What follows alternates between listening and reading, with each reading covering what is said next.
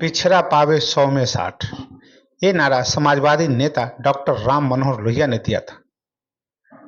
अब कहानी 100 में 65 की पहुंच गई है। पिछड़ों को आरक्षण बढ़ाकर देने के लिए मुख्यमंत्री नीतीश कुमार ने आज जाति आधारित आरक्षण को बढ़ाकर 65% करने की सिफारिश की और फिर कैबिनेट से पास करा दिया।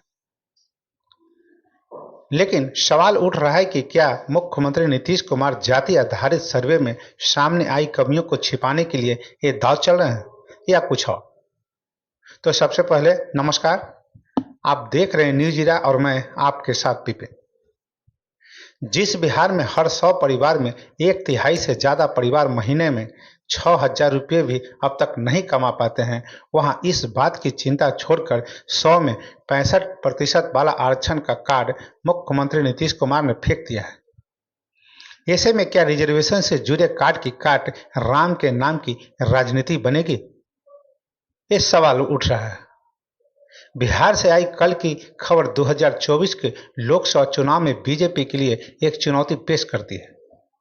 चुनौती जो पिछड़ों, अति पिछड़ों, SC/ST के लिए आरक्षण बढ़ाने का प्रस्ताव पेश कर अपने कैबिनेट से पास कराकर मुख्यमंत्री नीतीश कुमार ने दी है।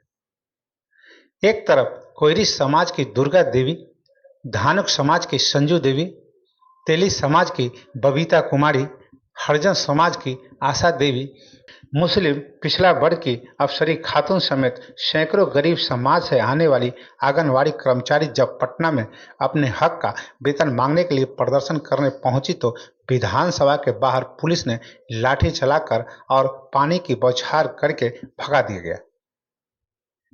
विधानसभा के बाहर महिला कर्मचारी पीटे जाते रहे, पुलिस के हाथों धकियाते जाते रहे, अपमान की बौछार झेलते रहे। वहीं विधानसभा के भीतर मुख्यमंत्री नीतीश कुमार जाति आधारित गणना का सर्वे जारी करने के बाद जाति आधारित आर्थिक सर्वे पेश करके प्रस्ताव ले आए कि बिहार में जाति आधारित आरक्षण अब 50% से बढ़ाकर 65% कर दिया जाए।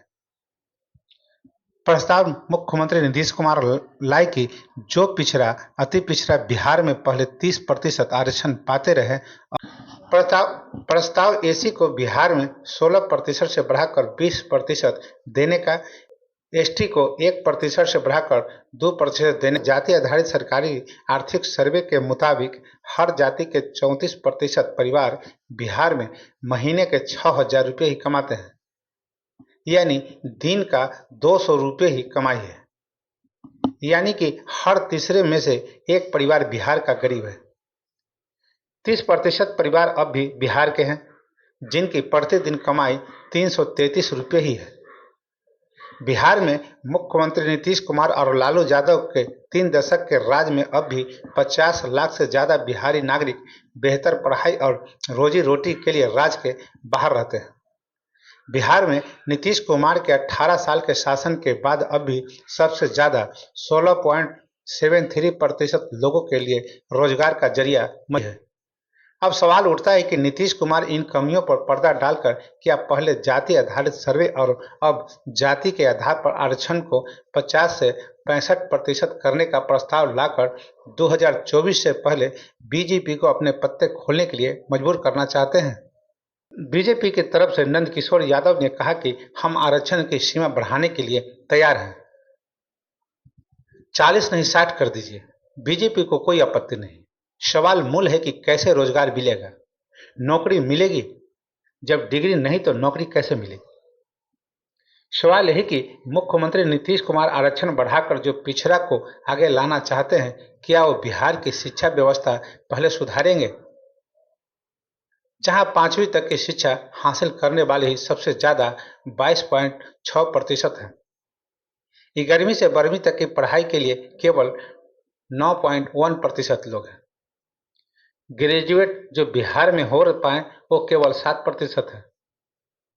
पिछड़ों और अति पिछड़ों के वोट से जो सियासत बिहार में नीतीश कुमार और लालू प्रसाद यादव की शुरू हुई है, वह आरक्षण बढ़ाने की नई लकीर खींचकर घटते वोट बटोरने का नया दांव चला गया है, जिसमें यह नहीं भूलना होगा कि बिहार में पिछड़ा, अति पिछड़ा वर्ग के 33% परिवार है।